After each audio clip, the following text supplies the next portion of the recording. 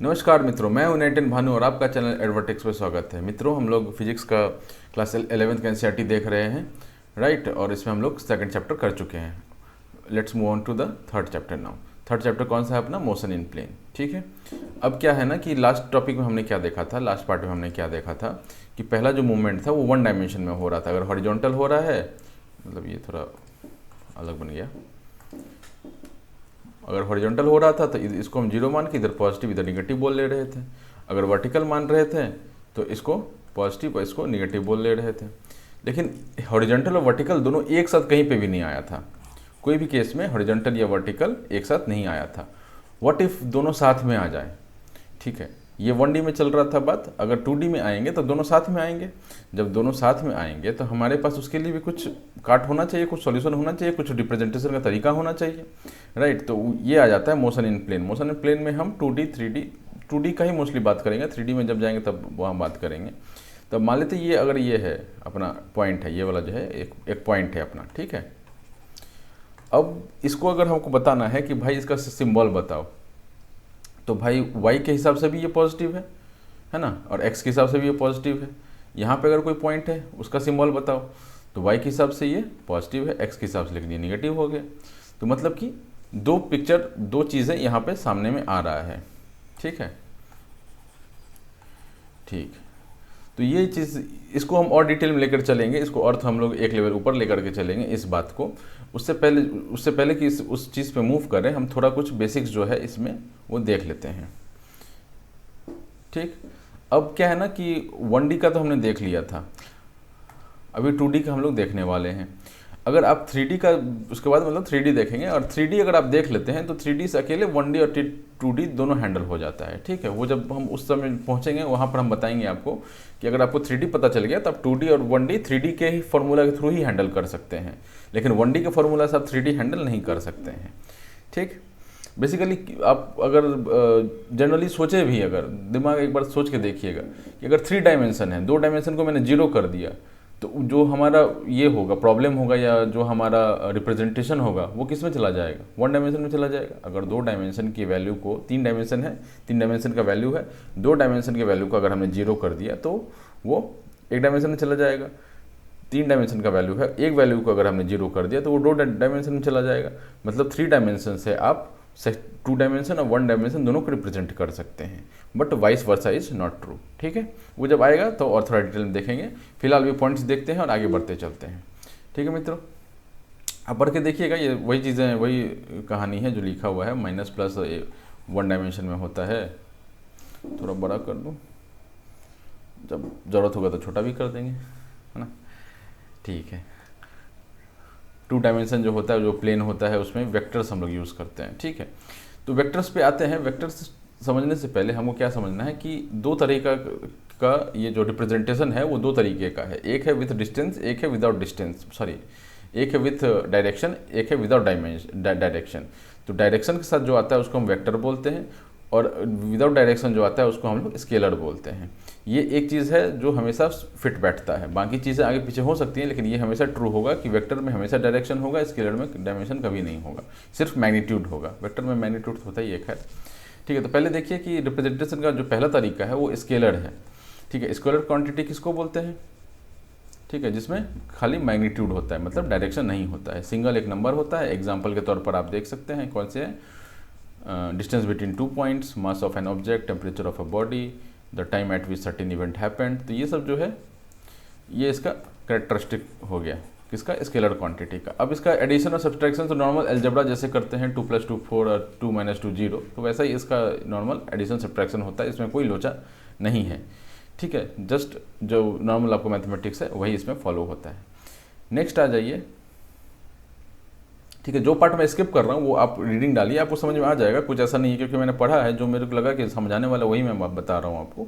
जो समझाने वाला नहीं है, आप एक बार पढ़ेंगे और आपको समझ में आ जाएगा, तो वो मैं स्किप कर रहा हूँ। तो ये जैसे इसमें दिया हुआ है कि नॉर्मल जो मैथमेटिक्स एडिशन और सब्ट्रैक्शन था स्केलर क्वांटिटी के लिए, वो इसका इसमें कहानी दिया हुआ है, आप इसको पढ़ सकते हैं, ठीक है। हम लोग आगे बढ़ते हैं वेक्टर क्वांटिटी पे। अगर अभी पढ़ना चाहे तो आप प्लीज़ पॉज करके पढ़ लीजिए, ठीक है। नेक्स्ट पार्ट है अपना वेक्टर क्वांटिटी। वेक्टर क्वांटिटी क्या होता है? जिसमें मैग्नीट्यूड होता है, ठीक है, डायरेक्शन होता है, और एक कंडीशन है obeys the triangle law of addition और equivalently the parallelogram law of addition. मैंने इसके 3 कंडीशंस हैं। पहला क्या था, मैग्नीट्यूड था। दूसरा क्या था, डायमेंशन था, सॉरी डायरेक्शन था। ठीक है, तीसरा क्या था कि ट्रायंगल लॉ या पैरेललोग्राम लॉ को ये फॉलो करता है। ठीक, इसका एग्जांपल क्या है, डिस्प्लेसमेंट है, वेलोसिटी है, एक्सेलरेशन है, फोर्स है, ये सब इसका एग्जांपल हो गया। ठीक है, अब इसका रिप्रेजेंटेशन कैसे करते हैं, अगर वेक्टर दिखाना होता है ना तो ये इस तरह से हम लोग रिप्रेजेंट कर देते हैं। ये सब इसका रिप्रेजेंटेशन का तरीका दिया हुआ है कि ये वेक्टर वी है और ये भी एक तरीका है। ठीक है, तो आप ये पढ़ लीजिएगा क्या तरीका है इसका। जब ये क्या है कि वेक्टर वैल्यू है, वेक्टर वैल्यू है ना, इसमें क्या लिखा होगा, अभी वेक्टर वैल्यू लिखा होगा। लेकिन जब इसका मैग्नीट्यूड का बात करते हैं ना तो हम इसको ऐसे कर देते हैं। अब जब इसको मॉड में लिख दिया, इसको मॉड्यूलस बोलते हैं। इस वाले को, इस ऑपरेशन को मॉड्यूलस ऑपरेशन बोलते हैं। ये भी मैथ्स का पार्ट है, आपका 11th के मैथ्स में आएगा। ठीक है, मॉड्यूलस ऑपरेशन इस कि जस्ट आपको मैग्नीट्यूड से मतलब है। अभी के लिए फिजिक्स के हिसाब से आप नहीं समझिए कि अगर आपने वेक्टर में मॉड वैल्यू लगा दिया, मॉड लगा दिया, सिंबल मॉड लगा दिया, तो सिर्फ आपको मैग्नीट्यूड से मतलब है, डायरेक्शन से आपको कोई मतलब नहीं। ठीक है, ठीक, तो ये इसका रिप्रेजेंटेशन का तरीका है, वो आप पढ़ लीजिएगा। कुछ ऐसा ज़्यादा कुछ खास नहीं है उसमें। ठीक है, मॉड्यूलस वैल्यू आपको बता ही दिया, वेक्टर स्केलर में बेसिक डिफरेंस बता दिया। चलिए नेक्स्ट पॉइंट पे आते हैं। आ जाइए, अब शुरू होता है असली खेला। ठीक है, बस मेरे बातों को फॉलो करते जाइएगा, दिमाग एकदम फोकस्ड रखिएगा, इधर उधर कहीं मत रखिएगा। 10 मिनट में आपको ये एकदम बहुत क्लियरली समझ में आने लग जाएगा। जिनको भी थोड़ा भी दिक्कत है वो आपको बहुत क्लियरली समझ में आएगा। ठीक है, चलिए, पहला तो इसमें बोला गया है ना कि अब मैं इसको थोड़ा छोटा करता हूँ। ठीक है, क्योंकि मेरे को वर्क स्पेस चाहिए और बताने वाला चीज़ मैं बताता हूँ, रीडिंग का काम आपका है। ठीक है, एक बार मैं बताऊँगा, आप पढ़ेंगे, आपको लगेगा कि भाई ये तो मतलब जन्म जन्म से याद था मेरे को, है ना।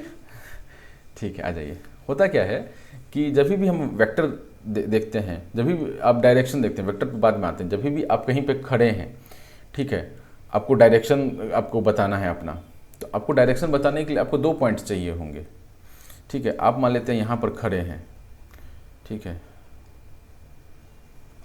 क्या हो गया ये, हाँ, आप मान लीजिए यहाँ पर खड़े हैं। ठीक है, ये रेड डॉट आप हैं। ठीक है, इट्स यू।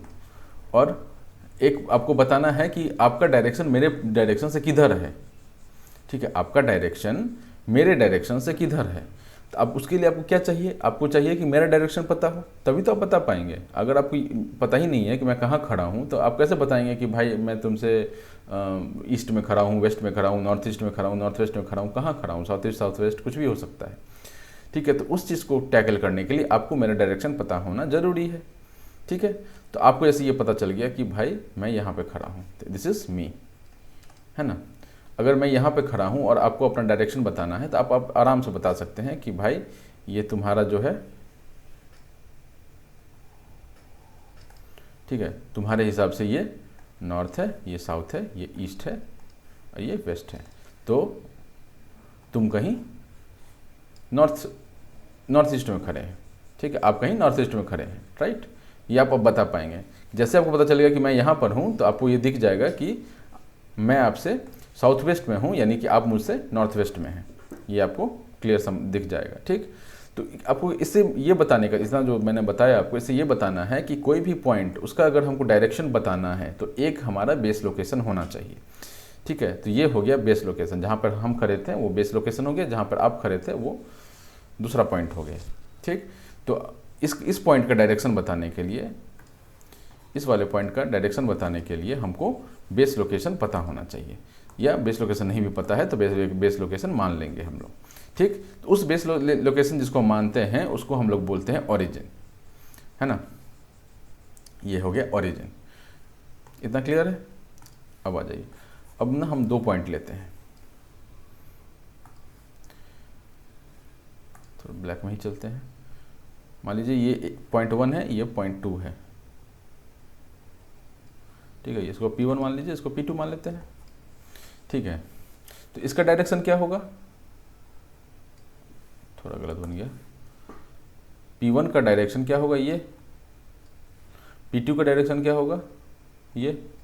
मेरे पॉइंट से बताना है ना आपको, मतलब मेरे पॉइंट कहने का मतलब ओरिजिन से बताना है आपको कि डायरेक्शन क्या है। डायरेक्शन कभी भी आपको किसी चीज़ का नापना है तो आपको ओरिजिन से बताना पड़ेगा। या फिर अगर जो भी चीज़ को आप माने, जरूरी नहीं है कि यहाँ पर क्या है ना कि मैंने 0,0 को हमने ओरिजिन मान लिया, ऐसा भी हो सकता है कि आप 4,5 को ओरिजिन मानिए, कोई दिक्कत नहीं है उसमें। ठीक है, अभी चूंकि अंडरस्टैंडिंग हम बिल्ड कर रहे हैं इसलिए हम एक ऐसा जगह मान रहे हैं जो कि वेल अंडरस्टूड है हमारे दिमाग में। एक्स वाई का ग्राफ वेल अंडरस्टूड है। अब ये नॉर्थ साउथ वाला चीज़ हटा सकते हैं। अब हम इसमें पुट कर देंगे y और x, ये हमारा एक्सिस है। ठीक है, माइनस वाई और माइनस एक्स होगा, वो तो कोई बात नहीं है। ठीक है, तो ये हो गया अपना पॉइंट P1 हो गया एक पॉइंट, P2 हो गया दूसरा पॉइंट। P1 का डायरेक्शन इधर से ये है। अब इसको मान लेते हैं, ये जो मी था उसको भी हम चेंज कर लेते हैं। अब डायरेक्शन बदल दी है तो मी को भी बदल देते हैं, है ना। यहाँ पे क्या ओरिजिन है। ठीक है, तो OP1 इसका डायरेक्शन क्या हो जाएगा, OP1 हो जाएगा। ठीक, इसमें कोई दिक्कत। इसका डायरेक्शन क्या हो जाएगा, OP2 हो जाएगा। दिख रहा है ना आपको, चलिए छिप गया। OP2, अपितु सुना है हिंदू में हिंदी में एक वर्ड होता है अपितु, लेकिन है ना। तो 0P OP1 और OP2 ये दो इसके क्या है, ये हैं वेक्टर्स हैं, ये पॉइंट्स हैं, राइट। तो इसको हम लोग ऐसे ही डिनोट करते हैं। अब क्या है कि इसको हम लोग कुछ नाम दे सकते हैं, जैसे OP1 तो क्या है कि इसका पॉइंट का नाम था और O का नाम था, तो हमने बोल दिया इसको OP1। लेकिन इसको नाम भी तो कुछ दे सकते हैं, मान लेते हैं R, इसका लगता है इसका R1, इसका R2 लिख सकते हैं। तो OP1 इक्वल्स टू R1 हो जाएगा, OP2 इक्वल्स टू R2 हो जाएगा। ठीक, इसमें कोई दिक्कत। ये क्या वेक्टर है, ये वेक्टर है ना। इसमें मैग्नीट्यूड और डायरेक्शन दोनों हैं। अब उसके बाद क्या बात आता है, ये चीज़ें आपको अगर समझ में आ गई हैं तो इसके बाद आता है कि मान लेते हैं कि ये P1 से क्या है, P2 मूव किया। P1 जो पॉइंट है वो मूव करके यहाँ चला गया। ठीक है, तो मूव करने का बहुत तरीका हो सकता है। क्या क्या तरीका हो सकता है, मैं उसको ब्लू से बना रहा हूँ। P1 ऐसे P2 पहुँचा हो, P1 ऐसे P2 पहुँचा हो, P1 ऐसे P2 पहुँचा हो, और P1 एक स्ट्रेट लाइन में पहुँचा हो। ठीक, अब गौर कीजिएगा यहाँ पर कि हम जब डायरेक्शन की बात करते हैं या वेक्टर क्वांटिटी की बात करते हैं तो distance is not a vector quantity, displacement is a vector quantity. ठीक है, तो ये अगर यहाँ से यहाँ पहुँचा है, P1 से P2 पहुँचा है, तो ये P1 P2 जो बनेगा, इसको क्या बोल देंगे हम लोग, छुप गया, नहीं छुपा भी, इसको बोल देंगे हम लोग डिस्प्लेसमेंट वेक्टर। PLACE, स्पेलिंग देख लीजिएगा, डिस्प्लेसमेंट MENT होता है, क्या ये डिस्प्लेसमेंट वेक्टर। ठीक है, इसमें कोई दिक्कत। तो ये एक पॉइंट था, इसका ओरिजिन से जो वेक्टर था वो R1 था, OP1 भी बोल सकते हैं उसको। दूसरा वेक्टर का क्या था, R2 था, OP2 भी बोल सकते हैं उसको। ठीक है, अब P1 जो है पॉइंट वो उठ के यहाँ पहुँच गया, हमको इससे मतलब नहीं है कि वो कैसे पहुँचा है। ठीक है, वो कितना दूर गया है अपनी इनिशियल पोजीशन से, डायरेक्ट मतलब सीधा एक लाइन खींच दें तो जो डिस्प्लेसमेंट में क्या होता है, इनिशियल से फाइनल पोजीशन के बीच का जो दूरी होता है उसी को तो डिस्प्लेसमेंट बोलते हैं। और यहाँ पर ये मैटर नहीं करता है कि हम कौन सा रास्ता पकड़े हैं। तो हो सकता है कि यहाँ से हमको बगल वाले घर में जाना हो और हम पूरा मोहल्ला घूम करके आ जाएं तब जाएं, तो मतलब उससे नहीं है। मतलब इससे है कि आप कितना शॉर्टेस्ट पाथ क्या है दो पॉइंट के बीच में, दैट इज़ डिस्प्लेसमेंट। तो ये शॉर्टेस्ट पाथ की यहाँ पे बात हो रही है। तो P1 P2 जो हो गया वो हो गया अपना P1 P2, सीधा वेक्टर बोलो, इसका भी नाम रख लो कुछ, R3 बोल सकते हैं इसको, R3 वेक्टर। ठीक, इसको डिस्प्लेसमेंट वेक्टर बोलते हैं। क्लियर है। अब आ जाइए, जो थोड़ा बहुत पॉइंट्स है यहाँ पर वो हम देखते हुए आगे बढ़ते चलते हैं। ठीक है, अभी अब पढ़िएगा, वही चीज़ें हैं, पोजीशन वेक्टर वो ये वही चीज़ लिखा हुआ है। ठीक है, मैं किताब इसलिए पकड़ लेता हूँ, मैंने पढ़ाने के लिए तो मैं बिना किताब देखे पढ़ा सकता हूँ, बट क्या है ना कि अब कुछ पॉइंट मिस ना कर जाए, कुछ इंपॉर्टेंट, इसलिए मैं इसको अंडरलाइन वगैरह करके लाता हूँ कि हाँ वो सब चीज़ मैं कवर करते जा रहा हूँ। ठीक है, डिस्प्लेसमेंट वेक्टर आप ये देख सकते हैं, यहाँ पे लिखा हुआ है, पढ़ के देखिएगा, वही चीज़ें लिखी हुई हैं। ठीक है, अब ये वही बात है जो मैं आपको शॉर्टेस्ट पाथ वाली बात बता रहा था कि displacement vector is the straight line joining the initial and final position and does not depend on the actual path undertaken by the object between the two positions. ये शॉर्टेस्ट पाथ की बात हो रही है, शॉर्टेस्ट लेंथ की बात हो रही है। ठीक है ना। ठीक है, मैग्नीट्यूड ऑफ डिस्प्लेसमेंट इज इधर लेस और equal to the path length. ठीक है, डिस्प्लेसमेंट जो है वो हमेशा डिस्टेंस से कम होता है या उसके बराबर होता है, उससे ज़्यादा कभी नहीं हो सकता है। ठीक है, तो वही पॉइंट है यहाँ पर, आप इसको पढ़ लीजिएगा। अब आपको ये क्लियर हो गया कि वेक्टर कैसे हम लोग ये करते हैं, पोजीशन वेक्टर क्या है और डिस्प्लेसमेंट वेक्टर क्या है। पोजीशन मतलब ओरिजिन से क्या पोजीशन है, और डिस्प्लेसमेंट वेक्टर क्या होता है, जब एक पॉइंट से दूसरे पॉइंट पर आप मूव करते हैं तो उनके बीच का जो ये बनता है ना अपना वेक्टर बनता है, तो उसको हम लोग डिस्प्लेसमेंट वेक्टर बोलते हैं। अब आ जाइए नेक्स्ट पार्ट पे, थोड़ा इसको मैं क्लियर करूँ, आगे बढ़ें।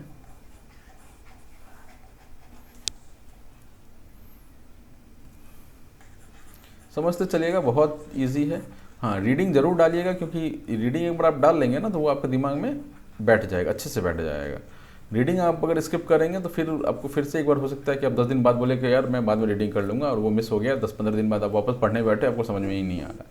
ये चीज़ नहीं होना चाहिए। जैसे ही आपने देखा, within 3 to 4 hours, 5 hours max, आप एक बार रीडिंग डाल दीजिए। कितना ही टाइम लगेगा यार, मतलब आधे घंटे का लेक्चर है, पौने घंटे का लेक्चर है, तो उसको उसके बराबर का पढ़ने में आपको हार्डली 15 से 20 मिनट लगेगा। उतना तो आप निकाल ही सकते हैं, और निकालना चाहिए भी, कोई ऑप्शन नहीं है आपके पास, है ना।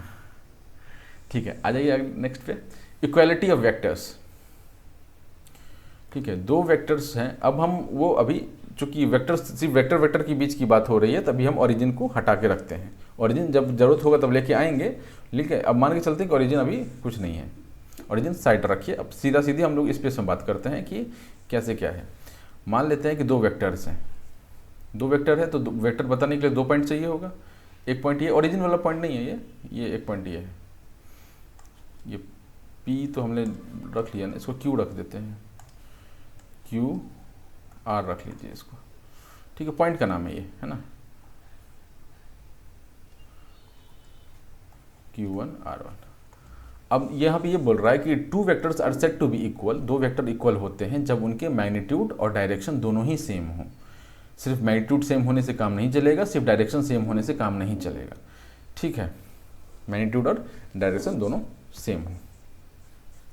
चलिए, तो मान लेते हैं एक ये वेक्टर, इसका नाम भी कुछ हम दे सकते हैं।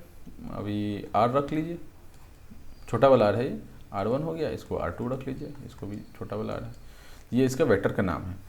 ठीक है, अभी R1 vector equals to R2 vector, ये तभी होगा जब वन डायरेक्शन इक्वल है और दूसरा मैग्नीट्यूड इक्वल है।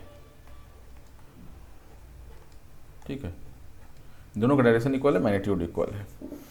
ठीक,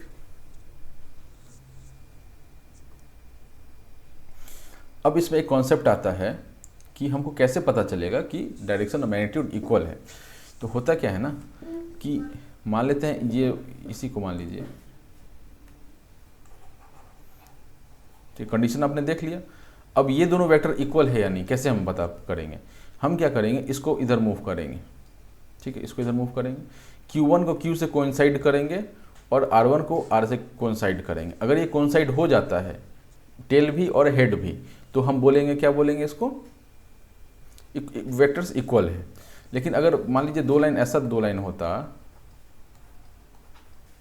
अब ये तो लग रहा है ना कि इधर घसक के इसे मतलब कोइंसाइड कर जाएगा दोनों। अभी इसको देख के लग रहा है क्या, आप जब इसको कोइंसाइड करेंगे तो ये वाला एरो अगर यहाँ पे पहुंचेगा तो ये कुछ ऐसा दिखेगा। ठीक है, अब इसका टेल तो कोइंसाइड कर गया, लेकिन हेड कोइंसाइड नहीं कर रहा है, तो इसको हम लोग इक्वल वेक्टर्स नहीं बोल सकते हैं। अब इक्वल वेक्टर्स के लिए क्या बोला हमने, डायरेक्शन सेम होना चाहिए। अगर डायरेक्शन सेम है मतलब वो दोनों पैरेलल लाइंस होंगे। दो चीज़ का डायरेक्शन अगर सेम है मतलब कि वो पैरेलल है। ठीक, और दो चीज़ का अगर मैग्नीट्यूड सेम है मतलब सेम साइज का है। तो कहने का सरल शब्द में कहने का ये मतलब है कि दो वेक्टर जो एक दूसरे से पैरेलल हों और दोनों की लंबाई सेम हो, उसको हम क्या बोल सकते हैं, दोनों को इक्वल वेक्टर्स बोल सकते हैं। ठीक, अब इसको आप रीडिंग दीजिए, आपको ये चीज़ क्लियर होता चला जाएगा। इसमें एक दो छोटा पॉइंट नीचे मेरे को दिखा यहाँ पे।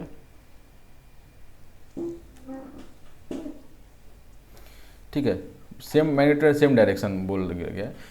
इन our study vectors do not have fixed locations. ठीक है, so displacing a vector parallel to itself leaves the vector unchanged, such vectors are called free vectors. अगर आपने पैरेलल वेक्टर्स को, हमारे पास लोकेशन, वेक्टर्स का लोकेशन जो है हमारे में फिक्स नहीं है, तो इसलिए अगर आपने डिस्प्लेस किया और पैरेलल डिस्प्लेसमेंट किया है तो वो दोनों, उसको क्या बोलते हैं हम लोग, फ्री वेक्टर्स बोल देते हैं। ठीक है। However in some physical applications location और line of application of a vector is important. तो लोकेशन जहाँ पर इंपॉर्टेंट हो जाता है उसको हम लोग क्या बोलते हैं, लोकलाइज्ड वेक्टर्स बोल देते हैं। ठीक है, तो हम लोग अभी नॉर्मली क्या बात कर रहे हैं, फ्री वेक्टर्स में डील कर रहे हैं। जब लोकलाइज्ड वाली बात आएगी सवाल में तब हम लोग उसको फिर वहाँ पे भी देखेंगे। बाकी आप ये समझिए कि अगर आप एक्सिस पर बात कर रहे हैं, एक्सिस लेकर के बात कर रहे हैं, ठीक है, तब उसको लोकलाइज्ड वेक्टर बोलेंगे। और अगर जैसे मैं अभी क्या बिना एक्सिस का बात कर रहा था, एक्सिस डालने की मुझे ज़रूरत नहीं थी, तो इस केस को हम लोग क्या बोल देते हैं, फ्री वेक्टर्स बोल देते हैं। ठीक, इक्वालिटी ऑफ वेक्टर समझ में आया आपको? ठीक है, अभी आप पढ़ के देख सकते हैं, आपको ये बिल्कुल बढ़िया से समझ में आ जाएगा। तो आप हमेशा याद रखिए कि वेक्टर्स को इक्वल होने के लिए डायरेक्शन सेम होना चाहिए। डायरेक्शन सेम अगर हुआ तो वो पैरेलल होगा। दूसरा मैग्नीट्यूड सेम होना चाहिए, मतलब कि दोनों सेम लेंथ का होगा। तो दो सेम लेंथ का वेक्टर अगर पैरेलल है तो वो इक्वल है। ठीक है, चलिए गो थ्रू दिस पार्ट। ये पार्ट आप स्टडी कीजिए, वही चीज़ें इसमें लिखी हुई हैं। अब थोड़ा मल्टीप्लिकेशन पे आते हैं। ठीक है, एक रियल नंबर से मल्टीप्लिकेशन पे आते हैं।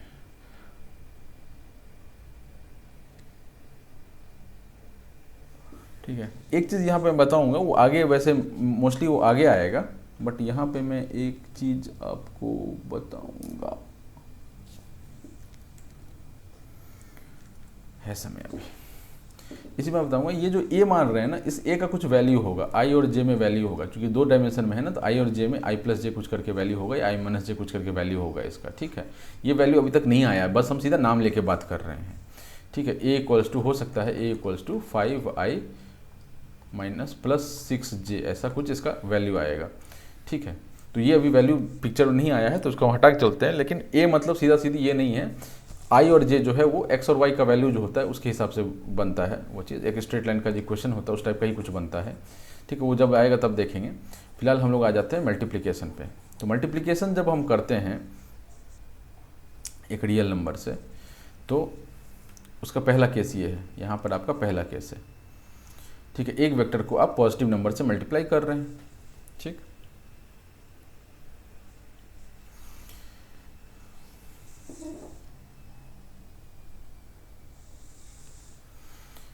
तो मान लेते हैं एक इतना वेक्टर है, ये एक अपना एक वेक्टर है, इसको हमने सपोज लैम्डा से मल्टीप्लाई कर दिया। ठीक है, लैम्डा कुछ वैल्यू हो सकता है, रियल नंबर है और lambda is a real number. ठीक है, इससे हमने इसको मल्टीप्लाई कर दिया, तो ये क्या होगा कि ये जो है ट्रांसफॉर्म हो जाएगा, कैसे में, ऐसा में। तो इसमें क्या होगा कि आपने क्या मल्टीप्लाई किया है, एक नंबर मल्टीप्लाई किया है। नंबर मल्टीप्लाई, डायरेक्शन तो आपने कुछ नहीं बोला इधर, तो डायरेक्शन उधर वैसा का वैसा ही रहेगा। ये इधर को ओर देख रहा है, ये भी देखिए उधर ही को ओर देख रहा है। तो आपने जब भी कभी एक वेक्टर में पॉजिटिव नंबर लैम्डा मल्टीप्लाई किया तो मैग्नीट्यूड जो है वो चेंज हो जाएगा बाय फैक्टर ऑफ लैम्डा, लेकिन डायरेक्शन जो है वो सेम रहेगा। ठीक है, डायरेक्शन क्या रहेगा, सेम रहेगा। ठीक, तो मैग्नीट्यूड की बात करें, जब मैंने बोला था ना आपको मॉड्यूलस लगा देंगे तो वो मैग्नीट्यूड के बराबर हो जाता है। तो जब हमने एक ए जो है, ए एक वेक्टर था मान लेते हैं, ठीक है, इसमें हमने लैम्डा मल्टीप्लाई कर दिया। ठीक है, तो इसका मैग्नीट्यूड कितना हो जाएगा, मैग्नीट्यूड हो जाएगा अपना लैम्डा ए। ये लैम्डा मल्टीप्लिकेशन में गया है तो लैम्डा ए इसका वैल्यू हो जाएगा। ठीक है, अभी लैम्डा क्या रियल नंबर है, इसको बाहर ले सकते हैं, लैम्डा ए। तो ए का जो मैग्नीट्यूड है उसमें सीधा सीधी आप लैम्डा ये मल्टीप्लाई करके ए का जो मॉड्यूलस वैल्यू है, जो ए का जो मैग्नीट्यूड है, उसमें सीधा सीधे आप लैम्डा मल्टीप्लाई करके उसका मैग्नीट्यूड निकाल सकते हैं। ठीक है, ए इज़ ग्रेटर देन 0, क्योंकि पॉजिटिव तो बोला है तो ऑब्वियसली ग्रेटर देन 0 ही होगा। ठीक है, ये एग्जांपल दिया हुआ है, 2 से मल्टीप्लाई किया है तो कैसे क्या हो रहा है। ठीक, दूसरा, अगर निगेटिव नंबर से मल्टीप्लाई करें, रियल नंबर की बात हो रही है तो रियल में पॉजिटिव भी हो सकता है, निगेटिव भी हो सकता है। तो निगेटिव नंबर में क्या हो जाता है कि एक ये ऐसा है, इसको माइनस लैम्डा से मल्टीप्लाई करते हैं तो क्या होगा कि अभी हमने माइनस जैसे ही बताया, तो माइनस बताया मतलब क्या, डायरेक्शन को भी हम इस पर इन्फोर्स कर रहे हैं। लैम्डा तो मैग्नीट्यूड है, नंबर जो मल्टीप्लाई करने वाले हैं रियल नंबर, उसका मैग्नीट्यूड लैम्डा है, उसमें माइनस एक लगा हुआ। अब ये माइनस जो है ना समस्या क्रिएट करता है। क्या समस्या क्रिएट करता है, लैम्डा तो क्या है कि सीधा उसका साइज बड़ा कर देगा, मान लीजिए लैम्डा का फैक्टर से ये साइज बड़ा हो गया, लेकिन ये माइनस का फैक्टर क्या करता है, इसके डायरेक्शन को रिवर्स कर देता है। ठीक है, ये लैम्डा जो है साइज बढ़ाने का काम करता है। जब प्लस था तब तो कुछ नहीं हुआ, plus into plus is plus, लेकिन plus into minus is minus, plus into minus is minus, यानी कि ये डोमिनेंट हो गया, माइनस जो डोमिनेंट हो गया, जैसे ये डोमिनेंट हो गया ये बोलेगा कि भाई उल्टा घूम। ठीक है, जैसे ऐसा होता ना कि लोगों के शादी होते, शादी तो बाद की बात है, पहले गर्लफ्रेंड्स बनती हैं, तो गर्लफ्रेंड्स क्या करती है, जीवन में जब गर्लफ्रेंड आ गई तो वो -1 का फैक्टर आ जाता है। इंसान जो ऐसा होता है ना वो चेंज होकर के ऐसा हो जाता है, वो पलट जाता है, अपने दोस्तों को छोड़ देता है, जो ग्रुप होता है उसको छोड़ देता है, फिर उसको देखोगे चुपचाप अकेले दुकेले कहीं मोबाइल लेके बैठा हुआ है, ओढ़ना ओढ़ना डाल करके। ठीक है, तो ऐसा स्थिति हो जाता है कि माइनस का वेक्टर आ जाता है। ठीक है, नो ऑफेंस। मेरे कॉलेज में ऐसा होता था, मेरे कुछ फ्रेंड्स रात रात को कंबल ओढ़ करके ऊपर में छत पे बात करते रहते थे, पता नहीं क्या ही मज़ा आता था। खैर, कहाँ तक हो गया? ठीक है, यहाँ पर देखिए आप, direction is opposite to direction of A and magnitude is lambda times ये तो हम पहले लैम्डा टाइम्स वाला ये देख चुके हैं ना, इसी को ये यहाँ बोला गया कि मैग्नीट्यूड तो लैम्डा टाइम्स मॉड्यूलस ऑफ ए आ जाएगा, बट डायरेक्शन क्या हो जाएगा? अपोजिट हो जाएगा। ठीक, अब ये डायरेक्शन क्यों अपोजिट हुआ? क्योंकि जीवन में गर्लफ्रेंड आ गई थी। गर्लफ्रेंड कौन है? माइनस। ठीक है, चलिए ये तो हो गया। अब जैसे इसी में एग्जांपल बताया है कि ए को 2 फैक्टर्स मल्टीप्लाई किया, तो देखिए डायरेक्शन चूंकि इसको लैम्डा इक्वल्स टू क्या है, यहाँ पर 2 है, लैम्डा इक्वल्स टू 2 था, तो ये देखिए डबल साइज का हो गया, लेकिन डायरेक्शन चेंज नहीं हुआ। अब इसमें क्या है कि लैम्डा इक्वल्स टू -1 है, -1 है, तो ये वाला ये हो जाएगा कि सेम लेंथ का लेकिन अपोजिट डायरेक्शन हो गया, लैम्डा इक्वल्स टू -1.5, तो ये वाला केस है। इसमें क्या हो गया? अपोजिट हो गया और थोड़ा लंबा हो गया, ठीक है, ये 1 था तो ये 1.5 वाला हो गया। ठीक है, आप ये देख सकते हैं। समझ में आ रहा है आपको? नेक्स्ट पार्ट पे आते हैं, मैं इसको थोड़ा स्लो ले जा रहा हूँ ताकि आपको समझ में आता चले। एक पॉइंट यहाँ पे इंपॉर्टेंट है, factor lambda by which vector A is multiplied could be a scalar having its own physical dimension. ठीक है, then the dimension of lambda A is the product of dimension of lambda and A. For example, if you multiply constant velocity vector by duration integrated replacement vector. ठीक है, अभी क्या है कि हमने lambda से एक हमको डायमेंशन दिया हुआ है, मान लेते हैं ए इक्वल्स टू समथिंग दिया, ए इक्वल टू हटाइए, ए ही एक वेक्टर है, वेक्टर ए है हमारा। ठीक है, ठीक है, क्या है वेक्टर? वेक्टर ए है, इसमें हमने लैम्डा मल्टीप्लाई कर दिया, मान लेते हैं लैम्डा में कुछ डायमेंशन नहीं, जस्ट एक नंबर है, तो रिजल्टेंट क्या होगा? जो इसका वैल्यू यूनिट होगा, मान लेते हैं ये मीटर पर सेकेंड में था, तो आंसर भी मीटर पर सेकेंड में आएगा। कोई दिक्कत? कोई दिक्कत नहीं, सीधा सीधी स्केलर है, स्केलर है, इसमें कोई डायमेंशन नहीं है, सीधा सीधा नंबर है। दूसरा केस क्या हो जाता है जो यहाँ बताना चाह रहा है वो ये है कि अगर हम जो लैम्डा मल्टीप्लाई कर रहे हैं उसका भी अपना डायमेंशन है, मान लेते हैं ए मीटर पर सेकेंड में था और ये जो लैम्डा जो आया वो सेकेंड्स में था। ठीक है, मल्टीप्लाई किया, तो ये तो हम देख चुके हैं कि लैम्डा और ए कैसे डील होगा, लेकिन इसमें क्या होता है कि जो रिजल्टेंट वैल्यू निकल के आएगा वो मीटर में निकल के आएगा, क्योंकि ये इस सेकंड से ये सेकंड कट गया। ठीक है, तो आंसर जो आएगा वो लैम्डा ए और मीटर्स में आएगा। ठीक है, थोड़ा मैं अच्छा से लिखूँ इसको, आंसर क्या आएगा? इक्वल्स टू लैम्डा ए, ये तो कोई दिक्कत नहीं है। ठीक है, मॉड्यूलस हटा देते हैं फिलहाल, सॉरी। ठीक है, और ये मीटर्स में आएगा, ये इसका डायमेंशन है। ठीक है, यही चीज़ ये बोलना चाह रहा है कि अगर which vector A is multiplied could be scalar having its own physical dimension. अभी तक फिजिकल डायमेंशन नहीं था पहले जो हम देख रहे थे, अभी फिजिकल डायमेंशन आ गया। एक बार फिजिकल डायमेंशन आ गया तो what we have to do is,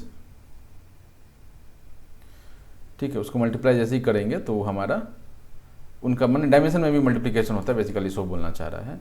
if you multiply constant velocity vector by a duration of time, ये ड्यूरेशन क्या है? लैम्डा के साथ ड्यूरेशन लगा हुआ है, we get a displacement vector. ठीक है, वेक्टर ही मिलेगा बट वो सिंबल भी मल्टीप्लाई होकर के आ जाता है। क्लियर है?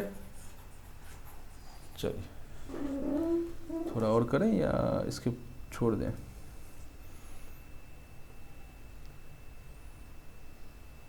पॉइंट्स थोड़े लंबे तो हैं, चलिए मैं क्या करता हूँ ना,